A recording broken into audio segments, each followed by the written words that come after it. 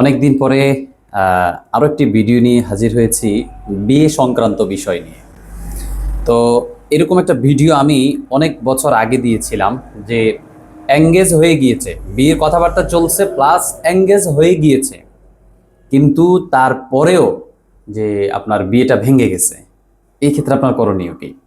সাধারণত বিয়েটা ভেঙে যায় যখন দেখা যায় যে মেয়ে পক্ষ বা ছেলে পক্ষ, যে কোনো উভয় পক্ষ হোক, যদি তাদের বিয়েটা বন্ধ থাকে সেক্ষেত্রে কিন্তু বিয়েটা ভেঙে যায়।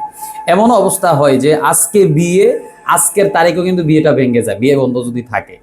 আবার অনেক ক্ষেত্রে দেখা যায় ছেলে মেয়েকে পছন্দ করে, মেয়ে ছেলেকে পছন্দ করে, ওই ক্ষেত্রেও দেখা যায় কি একে অপরকে বিয়ে করার জন্য যদিও বাবা মা বিয়ে ঠিক করে, কিন্তু তারা কবিরাজের শরণাপন্ন হয়ে তারা কিন্তু বিয়েটা ভেঙে দেয়।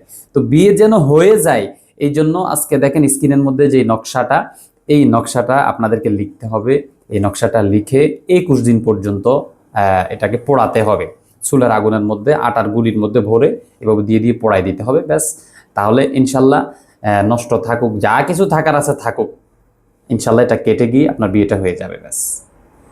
আশা করি বুঝতে পেরেছেন ইনশাল্লাহ। ভালো থাকবেন, সুস্থ থাকবেন। আসসালামু আলাইকুম রহমতুল্লাহ।